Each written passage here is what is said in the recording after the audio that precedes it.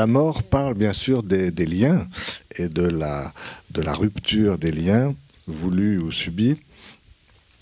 Et c'est vrai qu'on est tout près de Saint-Vincent-de-Paul ici, où Michel Soulet a fait fonder une des toutes premières consultations pédopsychiatriques, et où il m'a appris l'essentiel de ce que je sais. Et à Saint-Vincent-de-Paul, donc, où j'ai travaillé moi aussi un certain nombre d'années avant de venir à Necker, à Saint-Vincent-de-Paul, c'était un service de pédopsychiatrie générale avec des bébés, des enfants et des adolescents. À Necker, c'est la même chose. Mais à titre personnel, et puis avec une partie des membres de l'équipe, c'est vrai qu'il y a 3 grandes thématiques qui nous mobilisent beaucoup. Il y a l'instauration, les débuts de la vie psychique chez le tout petit, l'instauration de son appareil psychique, le développement précoce, le bébé. Le deuxième grand thème pour nous, c'est l'autisme et les troubles envahissants du développement. Aujourd'hui, on en parle beaucoup, évidemment. Et troisièmement, dans la mouvance, sans doute, de ce que m'avait transmis Michel Soulet et Jeanne Noël aussi, qui avaient été des pionniers en France sur la question des enjeux psychologiques et psychopathologiques de l'adoption. L'adoption est aussi un de mes thèmes de travail, et ça a été longtemps le cas au sein du Conseil supérieur d'adoption et du CNAOP, le Conseil national pour l'accès aux origines personnelles. Voilà, et alors heureusement pour moi d'ailleurs, il y a quand même une certaine cohérence entre ces 3 thématiques. Plus j'avance et plus je me dis que ces 3 thématiques sont distinctes, mais vraiment le point commun, ce qui les réunit, c'est la question du lien. Comment est-ce qu'un bébé va mettre en place ces liens primitifs pour organiser son appareil psychique? Je me représente de plus en plus la mise en place de l'appareil psychique comme la mise en représentation mentale des liens que le bébé instaure avec son environnement, son entourage.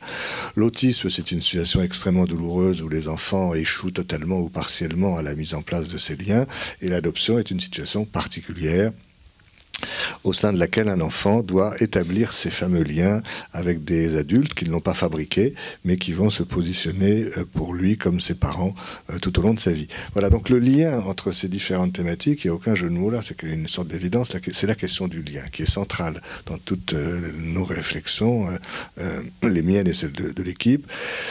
La représentation mentale des liens ne peut se faire évidemment, c'est une apalissade, que dans le lien et par le lien. Et alors aujourd'hui, tout ça est en principe tourné du côté de la vie.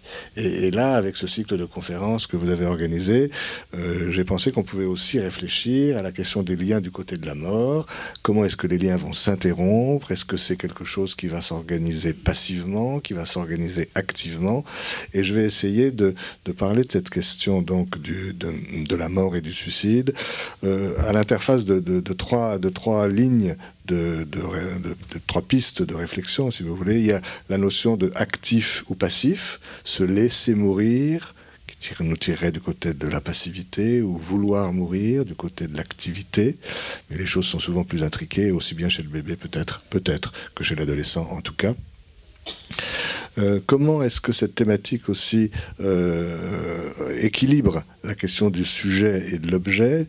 Qu'est-ce qui vient du sujet? Qu'est-ce qui peut venir de la relation et du rôle de l'objet dans ces questions de se laisser mourir ou vouloir mourir? Et enfin, comment est-ce que cette question s'inscrit dans cette thématique qu'on essaye maintenant depuis un peu plus de 10 ans avec Alain Braconnier et grâce à la revue Le Carnet Psy, Manuel Missonnier, de déployer, c'est-à-dire la thématique bébé-ado.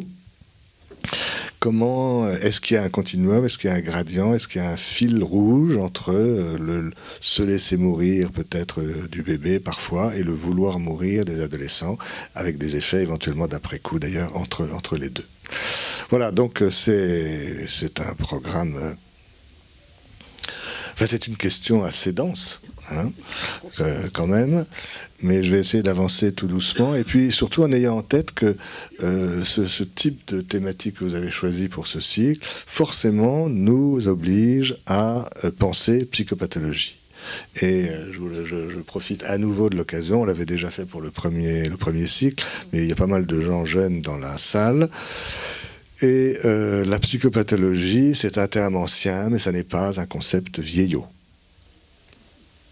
Je marque une pause pour donner de l'importance à mon propos. Voilà.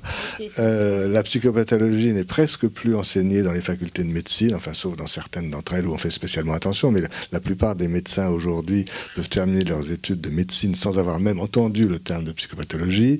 La psychopathologie est encore enseignée dans les facultés de psychologie, heureusement, alors que pourtant c'est le fin du fin. Hein. Aujourd'hui, on se sent tiraillé entre une vision purement endogène, qu'est-ce qui vient seulement du sujet neurodéveloppemental, génétique, endogène, ou qu'est-ce qui viendrait seulement de l'extérieur, notamment le traumatisme. La psychopathologie fait ce pari, pose ce défi, difficile mais évidemment passionnant, de savoir comment les choses peuvent se nouer à l'interface, au carrefour, à l'entrecroisement des facteurs internes et externes. Le développement normal se joue à cette interface-là, les troubles du développement aussi, la vie, mais peut-être aussi la mort.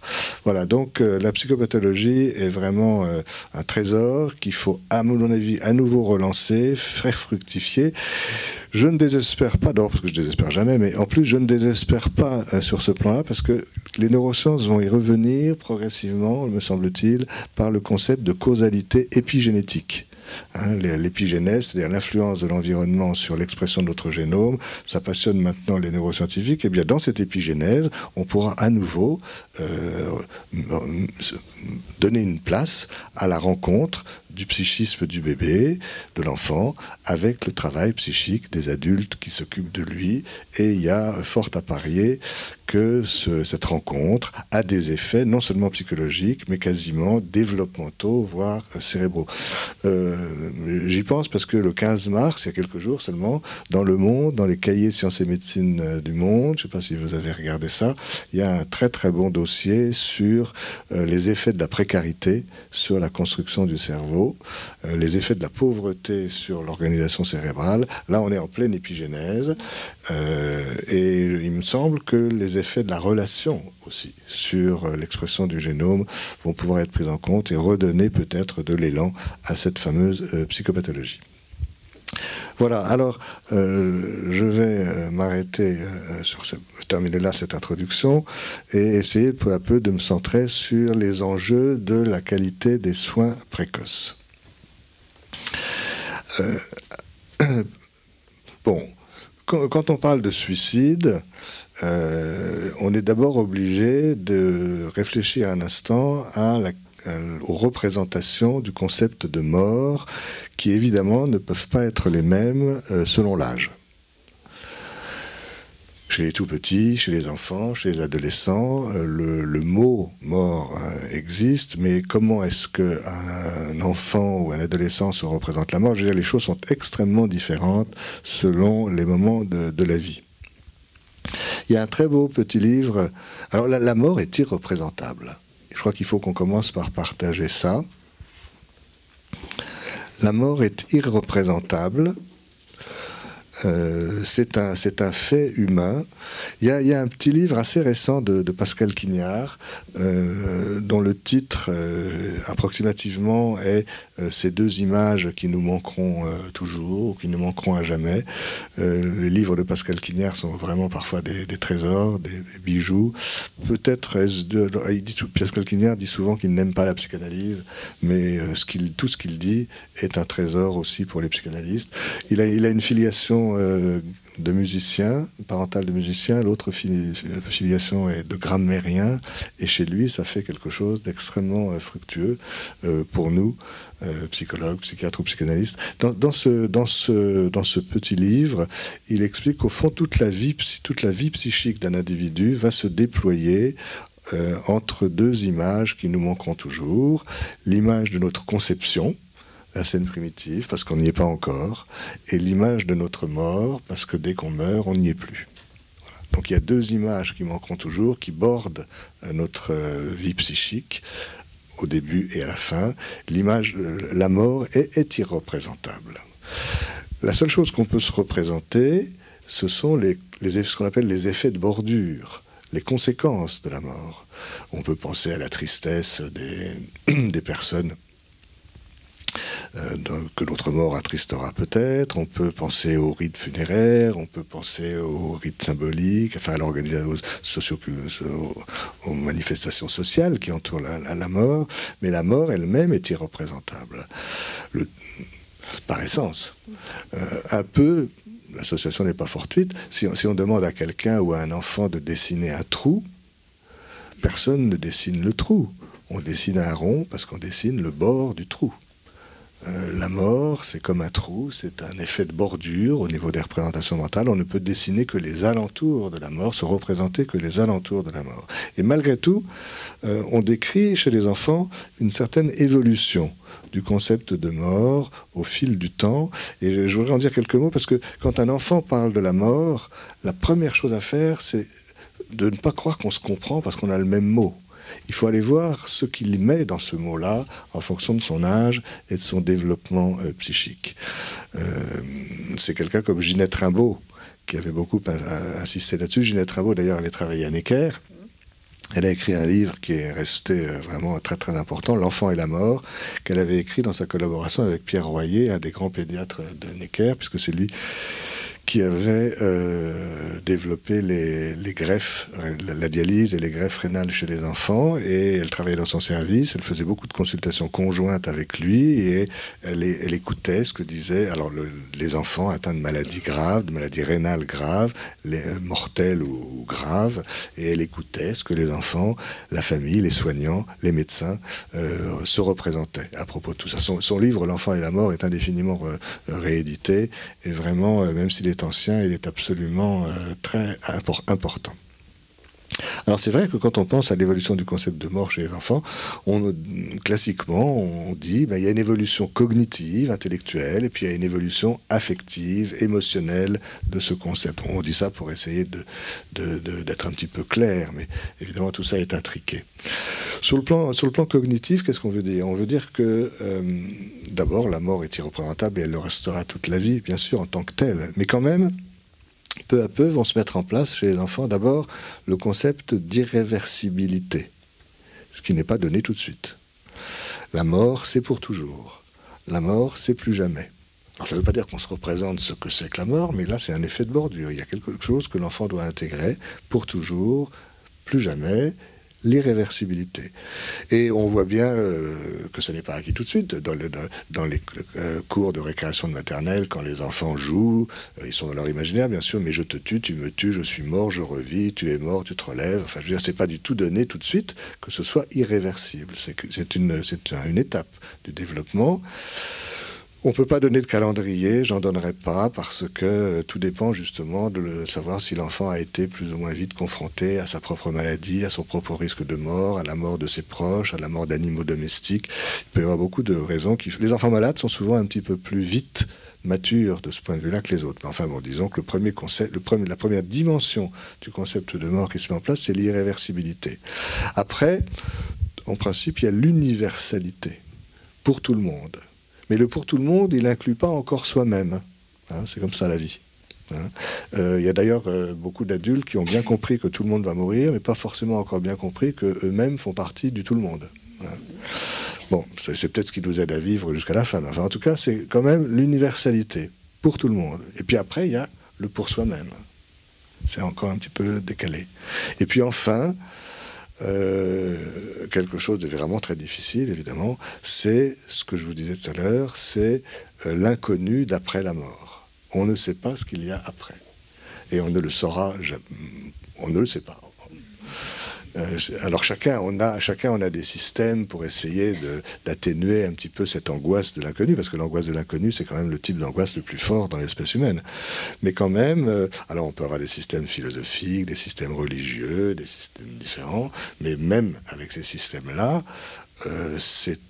on pourrait avoir des croyances, mais on n'a pas de certitude cognitive. La notion de mort dans sa maturité inclut une dimension d'inconnu. L'angoisse de l'inconnu, Guy Rosolato, c'est une des angoisses les plus fondamentales de notre fonctionnement psychique. Et se suicider, théoriquement, se suicider en connaissance de cause supposerait d'avoir intégré toutes ces dimensions. je vais me donner la mort, mais je sais que c'est pour toujours, je sais que c'est une mort, que la mort fait partie de la vie pour tout le monde, mais que c'est moi qui vais mourir et que je ne sais pas ce que je trouverai au-delà, peut-être rien, peut-être quelque chose, on ne sait pas. Voilà, donc on voit bien que se suicider en connaissance de cause, c'est avec l'acceptation de cette méconnaissance fondamentale. Et évidemment, la question ne se pose pas pareil pour un adolescent et un tout petit. Un enfant de 3-4 ans peut déjà utiliser le terme de mort, mais évidemment, il n'y met pas tout ça, alors qu'un adolescent ou un adulte ou un préadolescent vont y mettre ces différentes dimensions. Donc la première chose qu'on a à faire, c'est quand même d'aller voir si qu'est-ce qu'on peut partager dans un même mot. Et c'est d'ailleurs une des dimensions de la pédopsychiatrie, moi, que j'aime beaucoup, qui est que quand on se parle parfois avec les mêmes mots, mais chacun n'y met pas les mêmes choses. On a un petit dénominateur commun qui fait qu'on se comprend, mais il faut quand même aller voir quelles sont les représentations personnelles que chaque enfant, chaque sujet met dans le même mot, pour qu'il n'y ait pas de malentendu et qu'on ne fasse pas semblant de se comprendre, surtout sur des sujets aussi graves. Donc, voilà pour l'évolution cognitive. Elle est sur quelques années. Et on voit alors des enfants très graves. Ginette Rimbaud en décrit dans son livre, mais enfin dans les services d'hématologie et aussi les services où des enfants meurent assez tôt. On voit des enfants de 6-7 ans qui sont déjà extrêmement matures de ce point de vue-là. C'est d'ailleurs assez touchant et impressionnant. L'évolution affective du concept de mort est beaucoup plus difficile à décrire. Je ne sais pas d'ailleurs vraiment s'il y a une évolution. Il y a des gens qui laissent entendre que dans la dernière partie de leur vie, ils ont une espèce d'acceptation progressive, tranquille et sage de tout ça. Si c'est vrai, je les envie. Je ne sais pas. Est-ce que vraiment l'angoisse de l'inconnu peut être complètement résorbée même en fin de vie? Je ne sais pas. Enfin, en tout cas, on doit tous se poser la question. Ce qu'il y a, c'est que ce qu'on peut dire, c'est qu'il y a dans le développement de l'enfant, du tout petit jusqu'au plus grand, à propos de la question de la mort, il y a la question de l'absence. Et c'est vrai que là, on voit quand même des étapes un peu différentes. D'ailleurs, en français, on dit mourir, c'est disparaître. Il faut bien remarquer quelqu'un qui a disparu, c'est quelqu'un qui est mort. Alors, je crois que de ce point de vue-là, ce qu'on peut essayer d'analyser, c'est pas le concept, l'évolution affective du concept de mort, mais c'est plutôt l'évolution affective de la question de l'absence. Et au tout début de la vie, un bébé vit des absences, l'absence de sa mère, l'absence de l'objet primaire, l'absence de l'adulte, de manière absolument dramatique.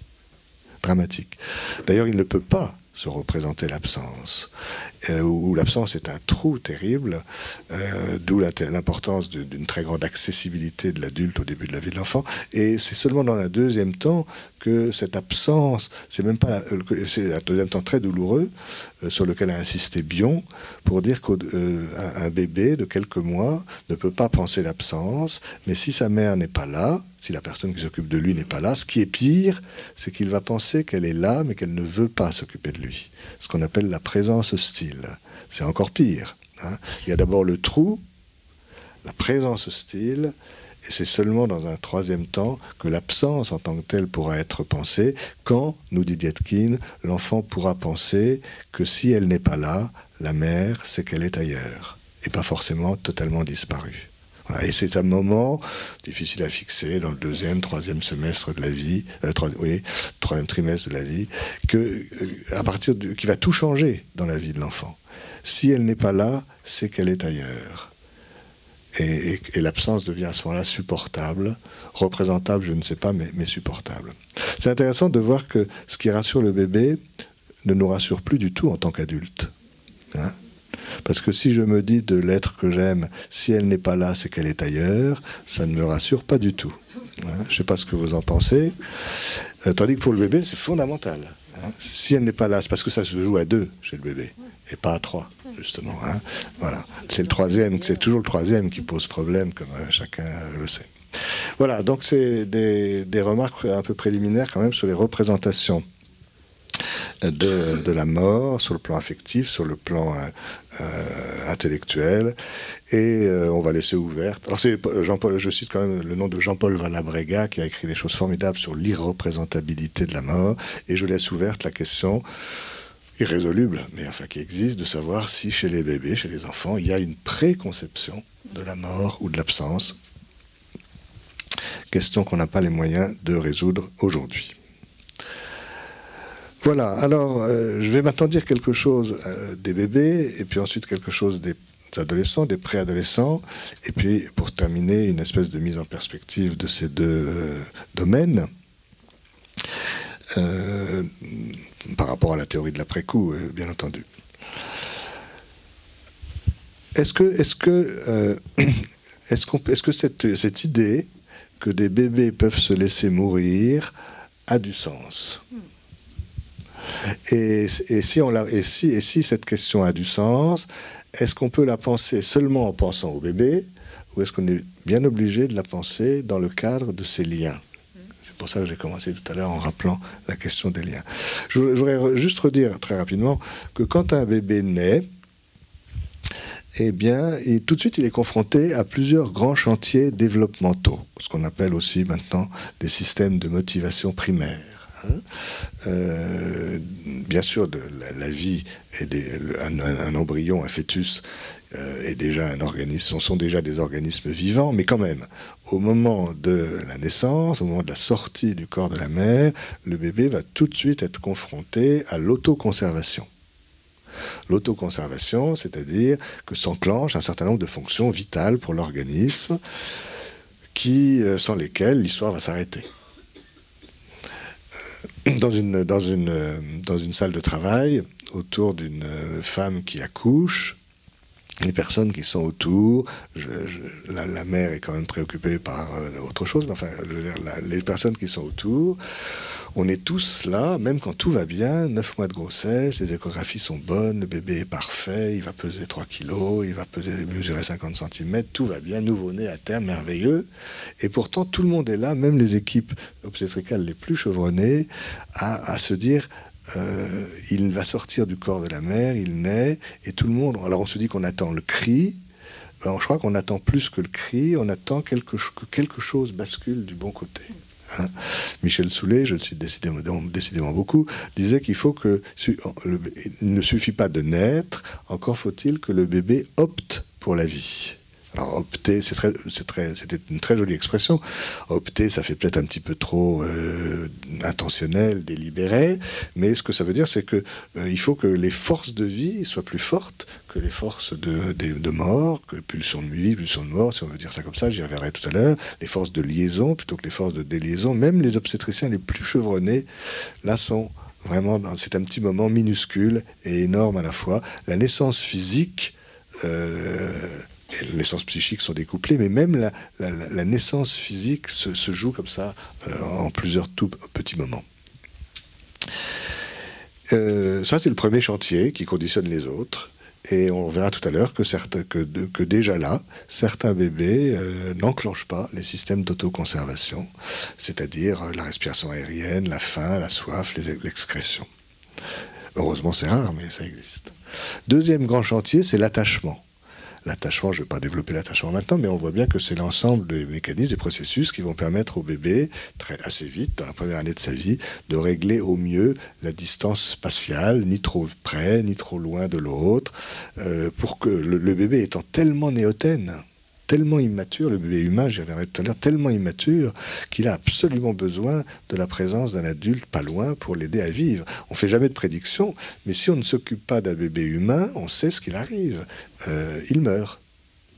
C'est pas vrai pour le petit poulain, c'est pas vrai pour le petit veau. Nous qui avons tous été des bébés néotènes, immatures, on est très émus de voir qu'après l'accouchement, juste après l'accouchement, un petit poulain peut à peu près se lever sur ses 4 pattes, commencer à marcher, aller chercher à boire, à manger. Aucun bébé humain nouveau-né à terme ne fera ça, alors encore moins s'il est prématuré, mais aucun bébé nouveau-né humain ne fera ça. Je reviendrai tout à l'heure sur l'importance de cette néoténie. Mais en tout cas, l'attachement l'attachement qui a probablement été sélectionné par l'évolution. Bowlby était très intéressé par l'œuvre de Darwin. Le dernier livre de Bowlby consacré à Darwin pensait que le système de l'attachement avait été sélectionné par l'évolution, ce qui permettait aux bébés des espèces animales de survivre par rapport aux prédateurs en permettant à l'adulte d'être à proximité. Alors nous dans l'espèce humaine, on estime à tort ou à raison qu'il y a moins de prédateurs pour les bébés, mais en tout cas, il y a la néoténie. Et donc la néoténie exige que l'adulte ne soit pas loin, qu'il soit d'abord présent, qu'il soit très accessible, et c'est seulement dans un deuxième temps qu'il pourra s'éloigner quand le bébé pourra le symboliser. Voilà, donc ce deuxième chantier, c'est celui de l'attachement, distance physique, spatiale. Troisième chantier, c'est l'intersubjectivité, l'ensemble des mécanismes qui permettent au bébé et à l'adulte de régler au mieux la juste distance psychique, cette fois, non pas spatiale mais psychique, se sentir exister comme une personne distincte de l'autre. Et quatrième chantier, je vais vite, mais je voudrais revenir à la question de se laisser mourir. Le quatrième chantier, pas le moindre d'ailleurs, c'est la question de la régulation du plaisir et du déplaisir.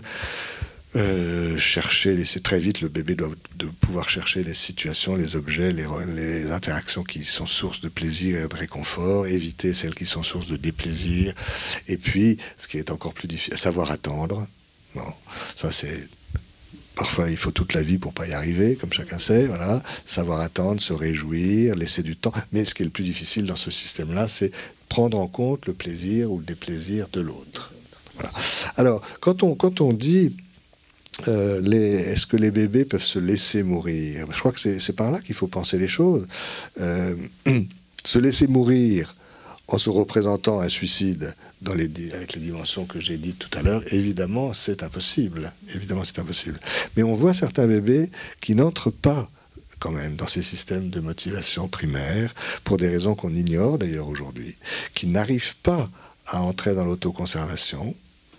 Et certaines histoires pédiatriques, très rares heureusement, mais montrent des bébés qui, sans cause pédiatrique reconnue avec les moyens disponibles de la science, n'arrivent pas à enclencher la soif, l'alimentation, etc., comme une espèce d'anorexie brutale, majeure, massive, immédiate d'emblée. Heureusement, c'est rarissime, mais c'est gravissime. Il y a des bébés qui n'arrivent pas à construire les liens d'attachement, qui n'arrivent pas à entrer dans l'intersubjectivité, je vais en dire un mot, et bien entendu pour qui la question du plaisir ne se pose pas.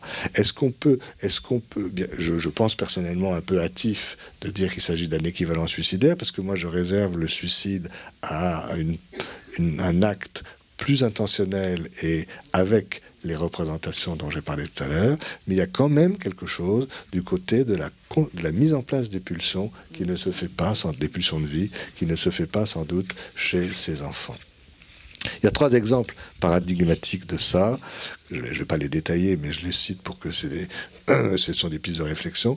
Il y a cette anorexie primaire du bébé, dont je viens de parler, très mystérieuse, heureusement très rare. Il y a les dépressions du bébé. Les dépressions du bébé, d'ailleurs Kressler nous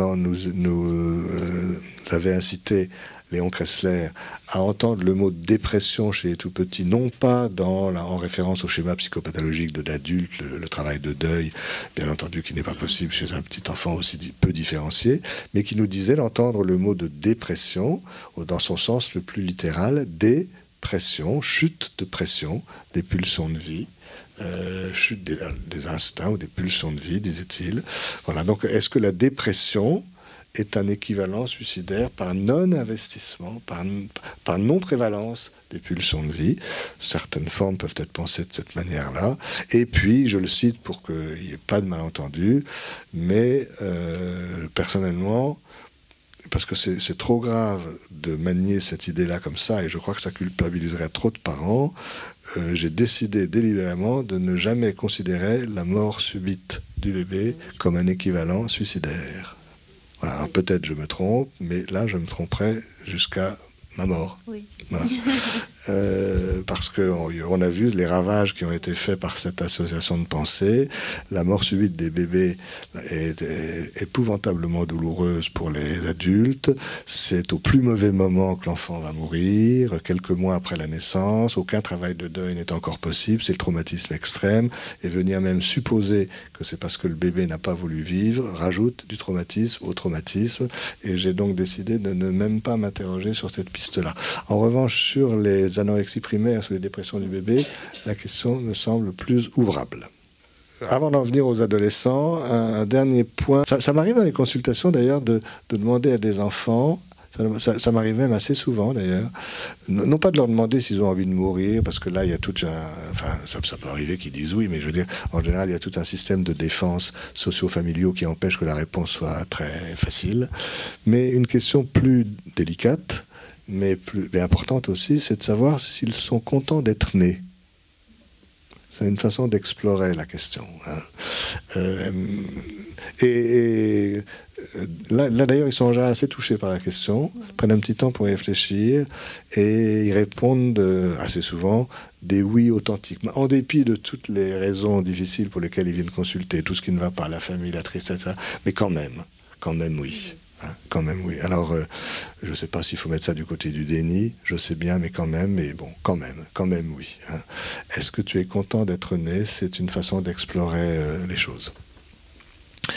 Oui, en ce qui concerne les jeunes enfants, je termine juste par une allusion à la question de l'autisme. Est-ce que l'autisme peut être considéré comme un suicide psychique ? Dit comme ça, non. Dit comme ça, non. Mais est-ce que l'autisme peut être considéré comme un découplage entre la naissance physique et la naissance psychique? Ça, oui. Un non-investissement du troisième chantier dont j'ai parlé, l'intersubjectivité, ça peut être. Un refus du jeu, non. Parce que je ne pense pas que ce soit aussi intentionnel et délibéré, mais un refuge. Je ne suis pas très lacanien, mais là, ça me plaît bien ça. Refuge ou refus du jeu. Alors, refus du jeu, c'est trop délibéré. Mais refuge, dans ces sensations, par exemple, pour ne pas entrer dans la vie psychique, pourquoi pas? Mais on serait quelque part entre l'actif et le passif, quelque part entre se laisser mourir psychiquement, ne pas naître psychiquement, mourir psychiquement, c'est peut-être trop. Voilà. Je vais laisser le bébé pour l'instant, et je vais dire un mot des préadolescents, des adolescents. Alors je ne vais pas non plus trop déflorer le sujet, parce que la prochaine conférence, c'est des personnes de Necker, justement, qui vont venir en parler, Marie Toiti-Pellegrin et Lise Torgeman, qui sont responsables de la cellule de pédopsychiatrie de liaison à Necker, qui ont longtemps travaillé avec Pierre Canoui et qui ont mis en place une structure permettant d'aller écouter, travailler avec les préadolescents ou adolescents hospitalisés en pédiatrie à Necker pour des tentatives de suicide. Mais je voulais quand même en parler ce soir parce que pour différentes raisons. D'abord, les tentatives de suicide semblent dans nos grandes villes occidentales, pas partout, mais dans nos grandes villes occidentales, les tentatives de suicide sont, hélas, de plus en plus fréquentes chez les préadolescents. Et ça nous interroge beaucoup concernant la qualité des soins précoces. C'est pour ça que j'avance doucement dans cette deuxième direction. Quand j'ai commencé mes études de médecine, des enfants de moins de 10 ans qui voulaient se suicider. Alors, c'était très rare, mais ça existait, mais c'était très rare. Et là, à 10 ans, à 9 ans, à 10 ans, on peut déjà entendre le mot mort un petit peu plus complet avec les différentes dimensions dont j'ai parlé au début. Peut-être pas l'angoisse de l'inconnu, peut-être pas, la méconnaissance assumée de ce qu'il y a après, mais l'irréversibilité, l'universalité, le pour soi aussi, oui. Voilà, c'était quand même très rare. Voilà. Aujourd'hui, c'est devenu moins rare. Et à Necker, assez souvent, il y a ici une de nos internes et notre infirmière de liaison, Anne Brun, savent très bien qu'en pédiatrie, on a quand même, de temps en temps, plus souvent qu'avant, nettement plus souvent qu'avant, des enfants, des préadolescents qui ont commis des actes suicidaires intentionnels graves. Au point d'ailleurs qu'il y a quelques années, l'État avait demandé à Boris Cyrulnik justement un rapport qui a été publié chez Odile Jacob, un livre sous le titre « Quand l'enfant se donne la mort » et qui est très impressionnant, qu'il a essayé de repérer un certain nombre de statistiques nationales et internationales. Il y a manifestement un problème de santé publique autour de cette question qui nous interroge gravement quand même, nous adultes. Pourquoi est-ce que les enfants, de plus en plus fréquemment et de plus en plus jeunes, cherchent à mourir ?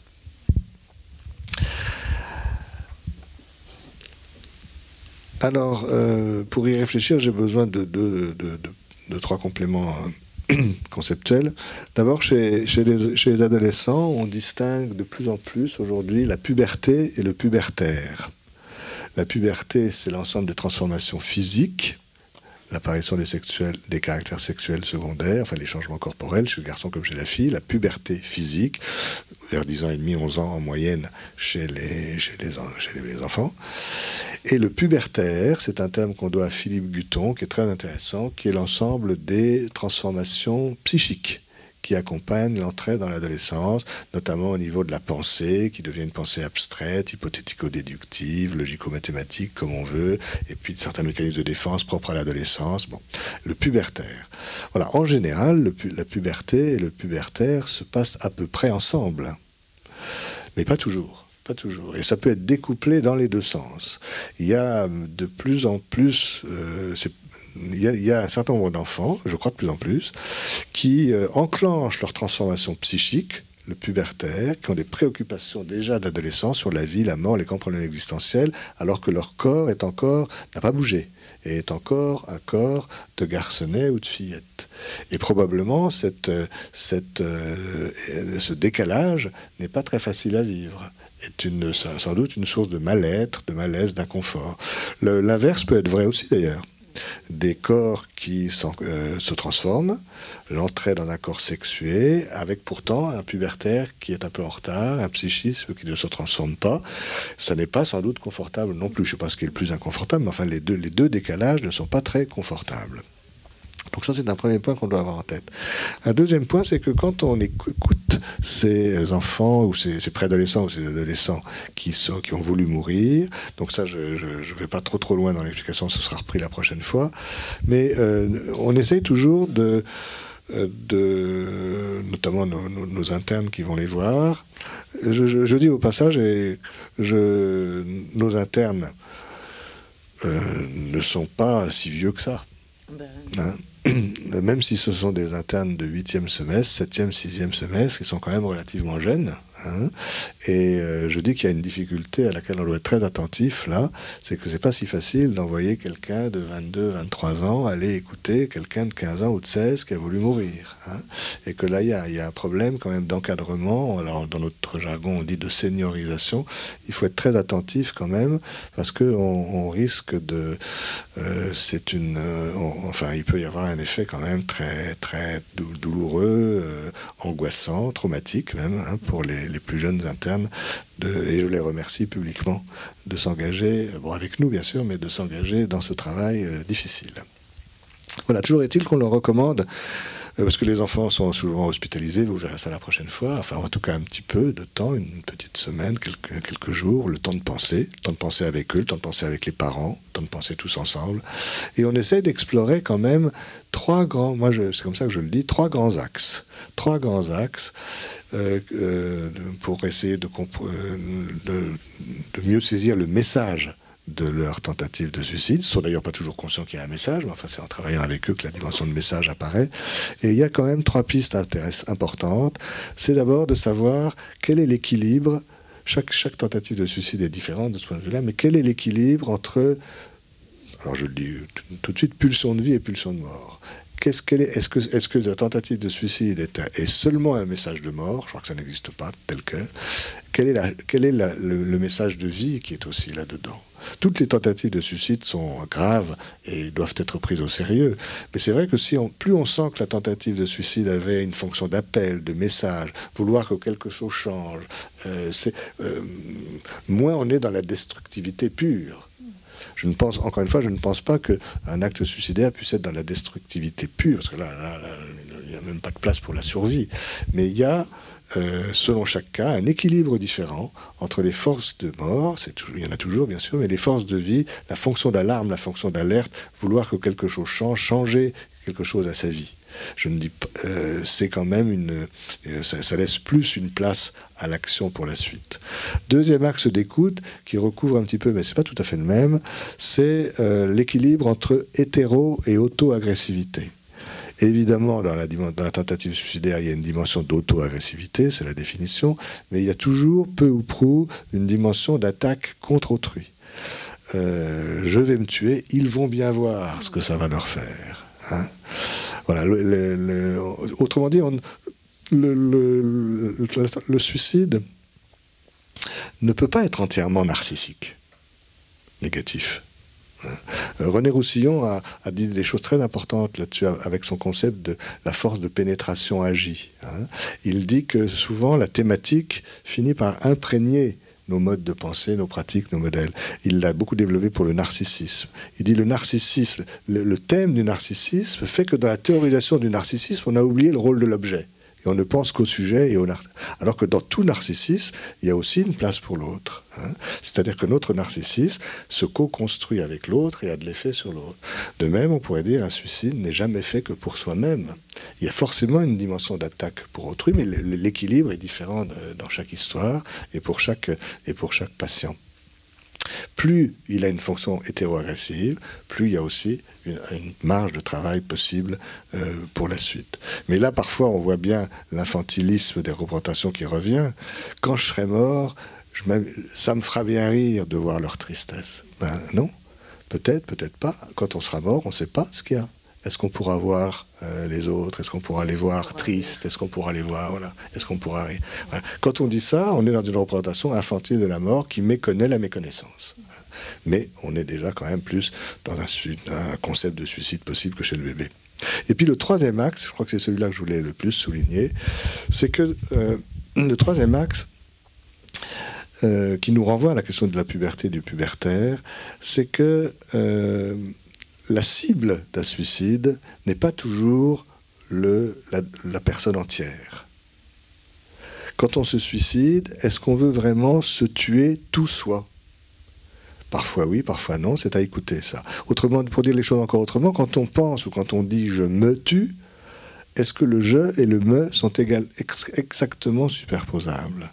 En fait, on s'aperçoit qu'un certain nombre d'adolescents, en se tuant, en essayant de se tuer, cherchent surtout à faire taire ou à réduire au silence certaines parties d'eux-mêmes qui leur font peur, qui les dégoûtent, pour lesquelles ils ont la haine. Ça peut être des parties physiques.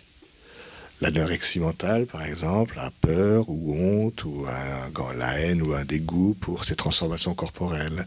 Mais on peut aussi, avec le pubertaire, avoir peur de certains nouveaux fonctionnements psychiques.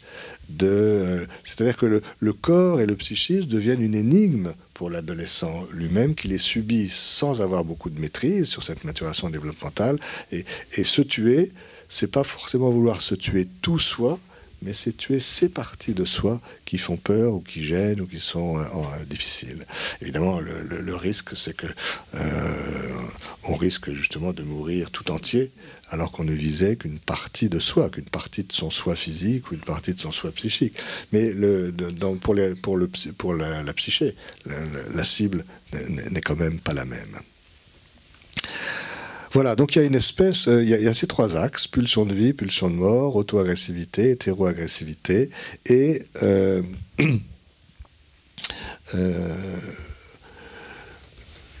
la cible comme le tout de soi-même ou une partie seulement de soi-même, physique ou psychique. Voilà, alors à partir de là, pourquoi c'est un véritable problème de santé publique. Pourquoi est-ce que de plus en plus d'adolescents dans nos grandes villes occidentales semblent vouloir mourir? Semblent vouloir mourir.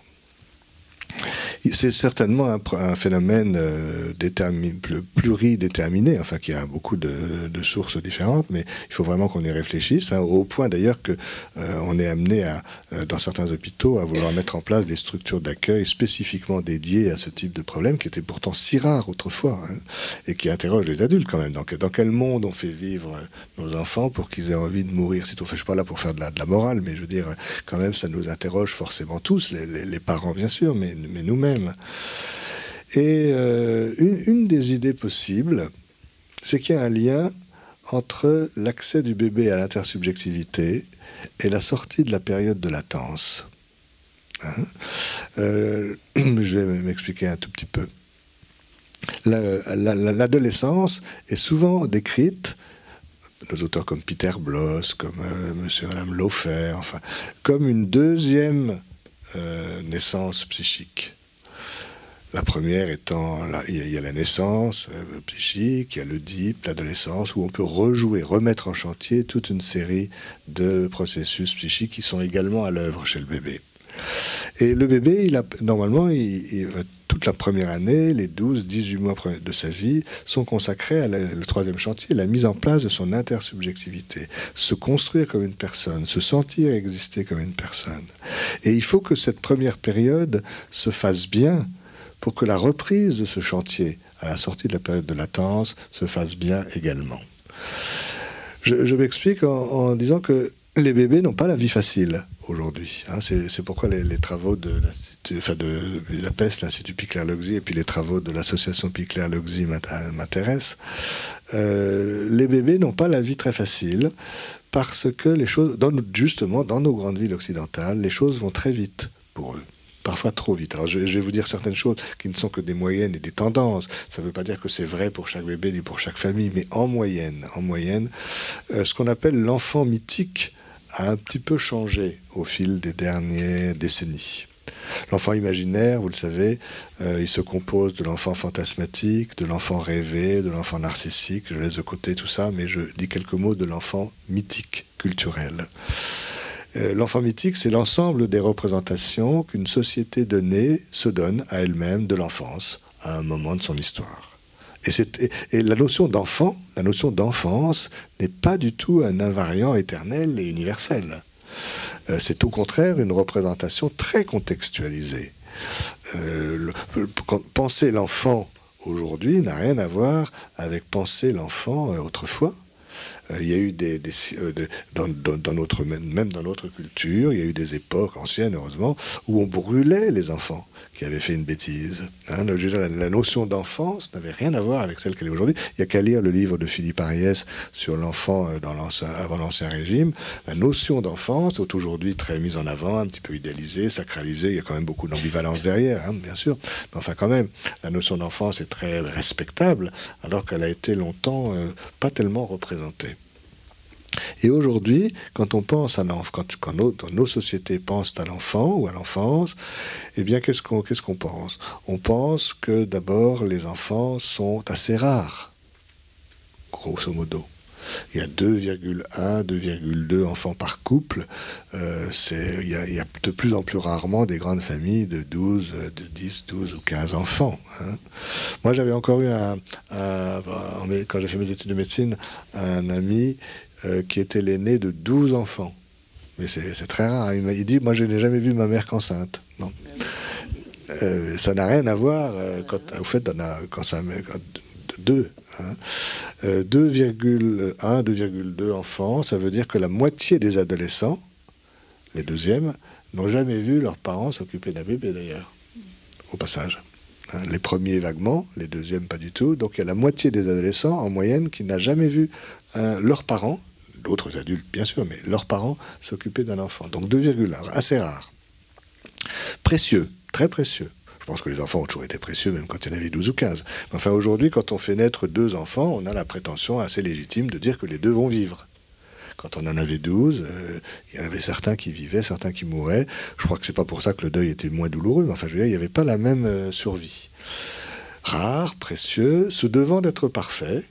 Hein, il y a dans les représentations collectives l'idée qu'avec tous les progrès de la médecine, le diagnostic anténatal, le diagnostic préimplantatoire, etc., on devrait pouvoir prémunir les enfants de tout et qu'on a droit à avoir un enfant sans problème. Ce qui est évidemment totalement fallacieux, puisque le diagnostic prénatal ne prémunit que contre certaines choses, et puis que de toute façon, il n'y a pas de risque zéro. Hein.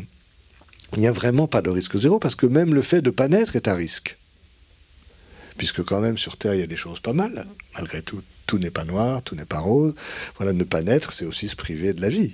Voilà, donc il n'y a aucune solution avec risque zéro, mais les gens pensent que quand même aujourd'hui on devrait avoir un enfant sans problème, sans risque physique, sans risque psychique, totalement illusoire évidemment, mais c'est quelque part dans nos représentations. Et puis l'enfant est de plus en plus tardif dans nos grandes sociétés occidentales, ça c'est très important. On était monté jusqu'à 31 ans. Il y a quelques années, pour l'âge moyen de la mère lors de la première naissance. Encore plus chez les parents qui adoptent, puisque qu'il y a tout le trajet en général d'infertilité, d'assistance médicale à la procréation. Aujourd'hui, on est vers 29 ans pour l'âge de la mère lors de la première naissance biologique, 39 ans pour l'âge en moyenne pour l'âge de la mère lors de la première adoption, l'accueil du premier enfant. C'est pas très vieux, mais je veux dire 29 ans, c'est une moyenne.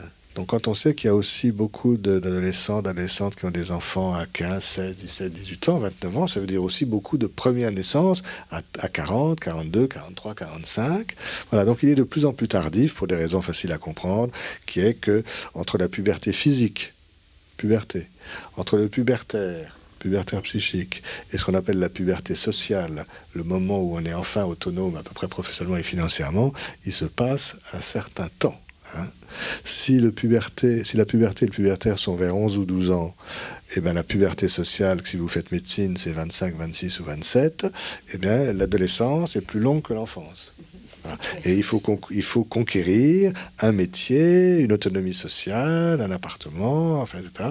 Donc tout ça est très lent, très long. Dans les villes, je suis toujours dans les villes, le prix des appartements est très cher, donc c'est très compliqué d'être seul. Et donc les enfants naissent tardivement. Et plus ils sont nés tardivement, compte tenu de tout ce que je viens de dire, plus on va leur demander d'être vite autonomes. C'est là le point essentiel. C'est-à-dire qu'il faut, une fois que l'enfant est né, il faut vite, enfin, quand je le dis comme ça, un peu trop condensé, c'est un peu cynique mon propos, mais c'est pas entièrement faux en moyenne. C'est-à-dire qu'il y a eu tellement de difficultés à conquérir un statut social, professionnel, etc., que quand l'enfant est né, ben, il faut vite quand même qu'il soit relativement autonome pour qu'on puisse retourner à notre travail.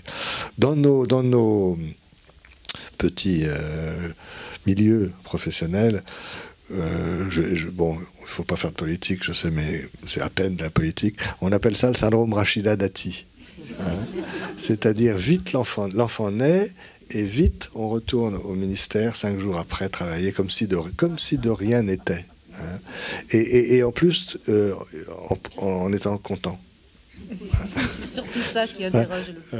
Alors bon, on laisse Rachida Dati de côté, c'est pas le sujet, mais je veux dire, voilà, il y a cette idée de vite reprendre les choses là où on les a laissées. Et de ce fait, est-ce qu'on laisse vraiment le temps au bébé pour être des bébés? Est-ce qu'on laisse le temps suffisant au bébé pour être des bébés? Or, il est absolument évident que la première étape du développement, c'est la période bébé, que si cette première étape-là est bâclée, on pourra faire tout ce qu'on veut après. Le premier étage de la maison est fragile. Voilà, donc il me semble qu'il y a là une piste de réflexion quand même importante, c'est-à-dire que si la période bébé est un peu bâclée, si les processus d'accès à l'intersubjectivité, qui sont le troisième chantier des bébés, ne se mettent pas bien en place, au moment de la sortie de la préadolescence, de l'entrée dans l'adolescence, où tout ça doit se rejouer, il y a une chance de le rejouer bien, mais il y a aussi une chance de le rejouer difficilement, douloureusement, et peut-être que c'est une piste de réflexion pour essayer de comprendre un petit peu cette augmentation des tentatives de suicide en préadolescence. En tout cas, c'est pour ça que certains grands principes de l'approche piclérienne m'intéressent beaucoup, parce qu'il y a quand même cette idée de laisser le temps aux bébés de faire leurs expériences, de ne pas faire d'anticipation anxieuse. Plus les acquisitions d'un bébé viennent dans leur temps propre, plus elles seront harmonieuses, plus elles seront stables. Il y a cette culture de la rapidité qui est quand même un problème, je crois, pour les enfants. Voilà, donc les suicides des préadolescents pourraient être compris en partie, hein, je ne dis pas que ça explique tout, loin de là, mais en partie, comme un peu la rançon d'un bébé culturel sommé d'être trop vite autonome. Voilà, alors je vais m'avancer vers la fin pour qu'on ait un petit peu le temps de discuter.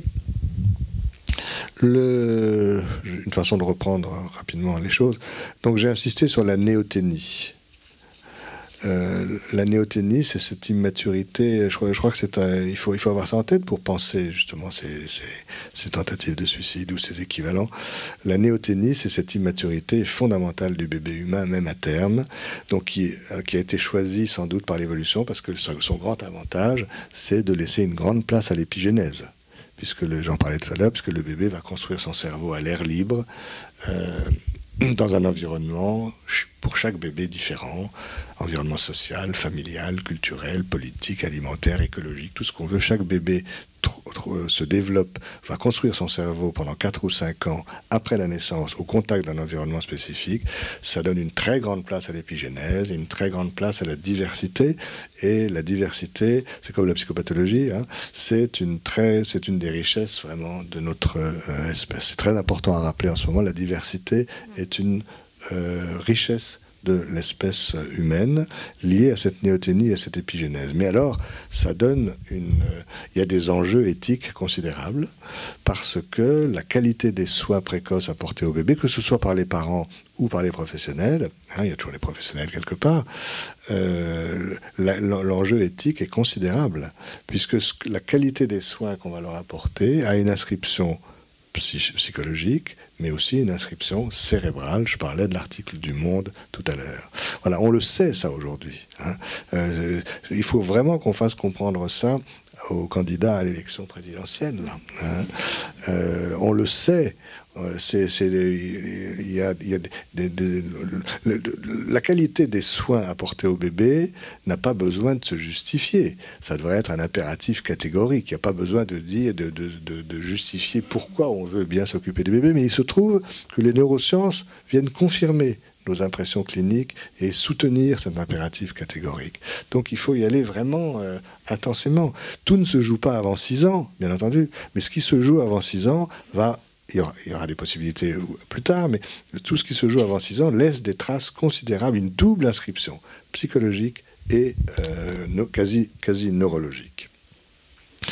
Je vous disais tout à l'heure que dans cette perspective-là, la causalité épigénétique reprendra certainement du poil de la bête au fil des années qui viennent. Voilà, alors pour conclure vraiment...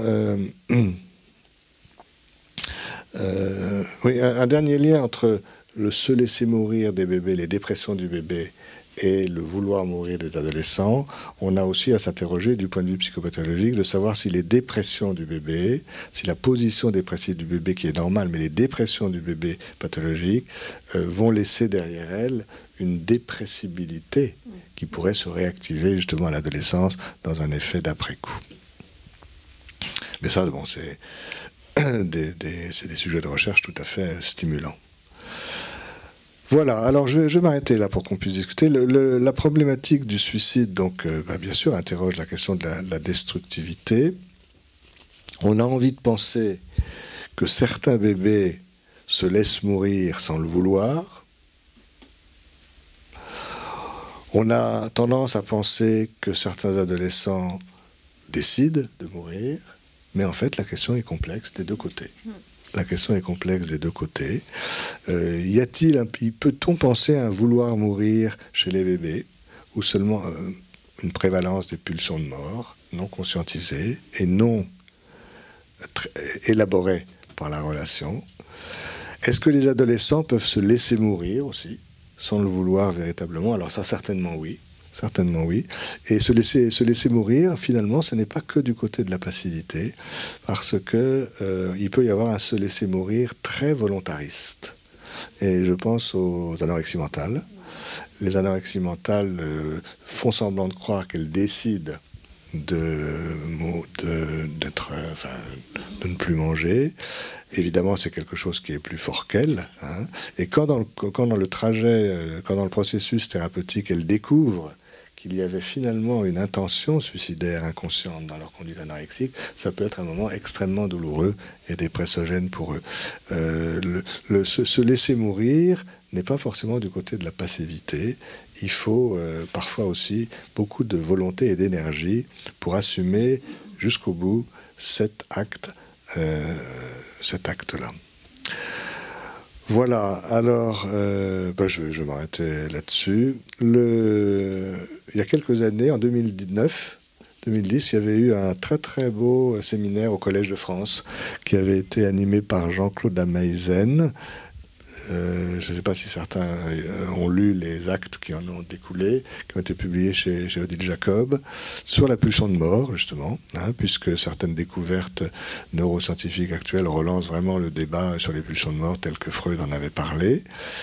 Et aujourd'hui, je termine sur cette idée que je lance, que j'ai essayé de développer dans cet ouvrage, ce séminaire, c'est que les pulsions de mort, comme toutes les pulsions d'ailleurs, je serais très laplanchien là, se co-construisent. Les pulsions de mort, les pulsions de vie et les pulsions de mort ne sont pas strictement endogènes, elles se co-construisent dans la relation. Alors Jean Laplanche a beaucoup insisté pour les pulsions de vie et l'oralité. Comment est-ce que, grâce à sa théorie de la séduction généralisée, comment est-ce que les pulsions orales, par exemple, vont se co-construire dans la rencontre entre le bébé et les pulsions orales de la mère, situation anthropologique fondamentale. Je crois que le travail très important que Laplanche a fait à propos des pulsions de vie doit être repris aussi pour les pulsions de mort, et que les pulsions de mort ne sont pas simplement une force destructive interne qui ne vient que du bébé, de l'enfant ou de l'adolescent. Il y a chez le bébé, ces pulsions de déliaison sont aussi le fruit d'une co-construction entre l'adulte et l'enfant, mais je sais que beaucoup d'adultes n'ont pas envie d'entendre ça. Donc je vais m'arrêter là-dessus et je vous remercie beaucoup de votre attention.